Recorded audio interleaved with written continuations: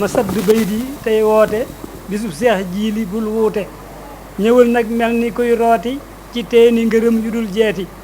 ñëwal ngir sàkku loo bëgg a am ci yéene ju sell ànd ngëm bisub yërmande waaju ko xam fu ñuy wooteeti gis kooti borom bis bii di sunu ilimaan ju màgg ja lool bari kiimaan te doon ko rafet le ay melokaan ba tax ñun diine naw kooti ñetteelu secteur bi mooy wàllu wër-gi-yaram ak cet moom lañ boole woon ak cadre de vie ndax ñett yëpp foo naa ne dañuy dugalante donc loolu également du am jafe-jafe par rapport au poste avancé lim bi nekkoon juróom ñu war koo samp ci ay bërëb yoo xam ne comité bi identifié na ko pare leneen li également service d'hygiène mooy désinfecté yenn dëkk yi dëkkuwaay yi loolu également ñu war koo tàmbali peut-être le 25 juillet donc foo naa également service bi engagé wu na pour mun koo def ci diir bi nga xam ne noonu ngeen ko bëggee wàllu cet gi également ngeen jàpp benn bés muy le 22 juillet mu nekk journée de nettoiement phare maanaam mun naa ne benn bés la boo leen tànn mais cela veut pas dire que tamit yeneen bés yëpp foo naa ne muy la mairie foo naa ne ñi ngi ci ak yeneen tamit taalibe yi mais li ci des it mooy ICG bi nga xam ne structure état la dina ñëw aussi ak ay moyens accompagner initiative boobu lëkkaloo aussi ak la mairie de Touba Mosquée bi nga xam ne aussi moom it neen na ci dugal loxoom ak ay gens ak ay matériel kon yaakaar naa ne suñu boolee doole yooyu yëpp ak doole taalibe yi am nañu yaakaar ne bés boobu également dina nekk une réussite incha allah rabbi leneen également peut-être loolu doléance la bu ñu ko ci raax rek muy problème mu ambulance bi nekk centre de santé bu Bagdad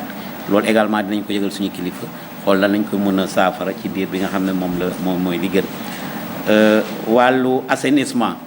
mooy li nga xam ne également muy volet bu am solo mën nañ ko dugal sax ci wàllu santé loolu également dina am ñeenti camion yoo xam ne donc ONAS engagé na indi ko ci diiru ñeenti fan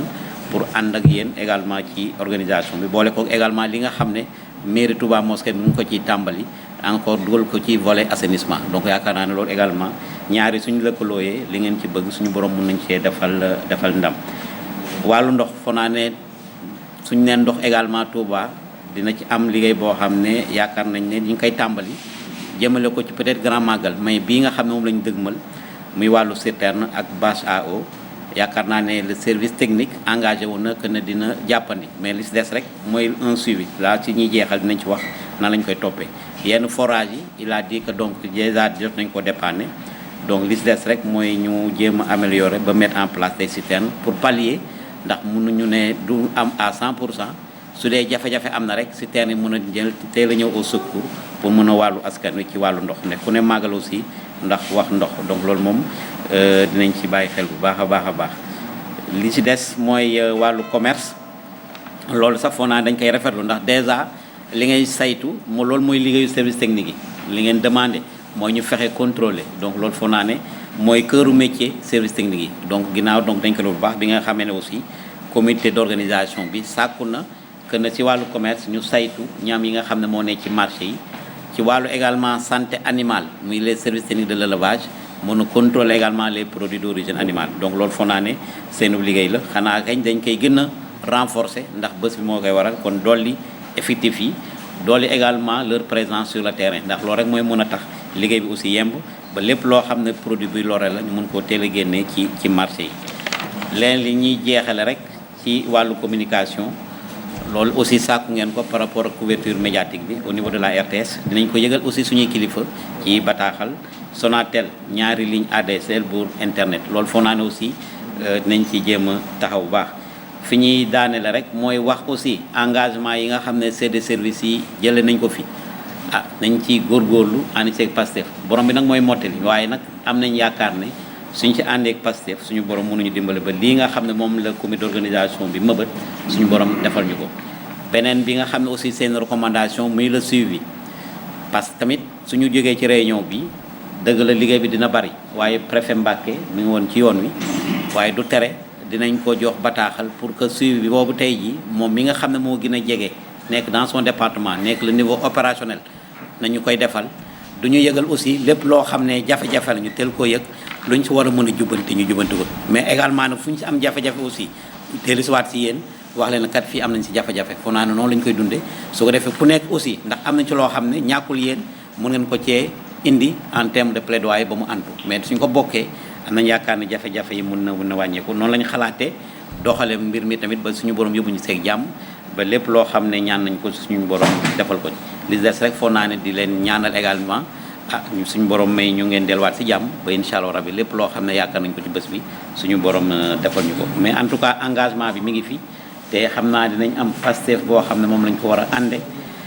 ndax noonu lañ ko doon liggéeyee bi ñu nekkee département de Diourbel mais incha allah fas yéene ko aussi continuer ko au niveau de la région de Diourbel ñu doon wax léegi rek foog naa ne préfet Mbacké egsi na peut-être nag dinañ ci briefer après dans mon bureau mu xam yan tënk lañ fi tënk su ko defee moom mu defal ñu suivi bi comme ni ñu ko xamee rek jafe-jafe jamono yi dafa bari ñu ngi ci waajaay élection muy préfet sous préfet ci liggéey boobu lañ ne mais du tere nag dinañ ko wax li nga xam ne moom la ñu war a suivre et ñu ànd ko moom incha allah rabbi dëgg la nag loolu moo waral tardé bi mais yéen bi moo doon mu fekke ko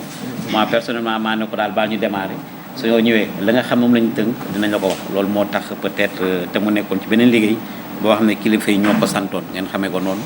mais du ñàkk bañ a ñëw ci teewaayam fekke ko incha allah rabbi donc cadre yooyu daal lañ bëggoon yëkkati di ko daaneel di saakwaat ay ñaan bu baax nag ci mission bi nga xam ne moom la ñu kilifa yi sas ba suñu borom defal ñu ndam mu nekk ndamu région Diourbel yëpp donc ab Ibrahima Fall nag moo nekkoon préfet bu Diourbel moom nekkaat fii nag comme gouverneur région Diourbel kon foo naan liggéeyu Baye Fall bi laa lañ koy gën a laxasaayu rek ànd kook ñëpp incha allah rabbi donc sëñ mi jox la kàddu rek nga defal ñu ñaan alhamdulillahi wasalaatu wasalaamu ala rasulillah wa alihi wa sahbihi wa man wala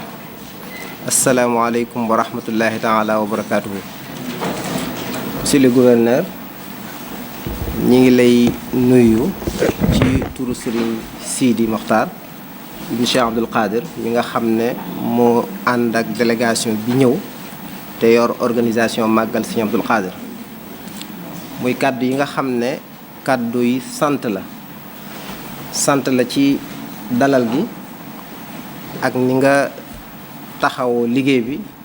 sant mboolem chef de service yi nga xam ne ñoo fi nekk ak li nga xam ne jël nañ ko fi ci ay dogal jël ko fi ci ay pas-pas yoo xam ne bëgg nañ ko amal ngir niñ bëggee màggal gi am mu amee noonu kon ñu ngi leen di sant ci Pastef boobu ci turu mboolem comité d'organisation bi nga xam ne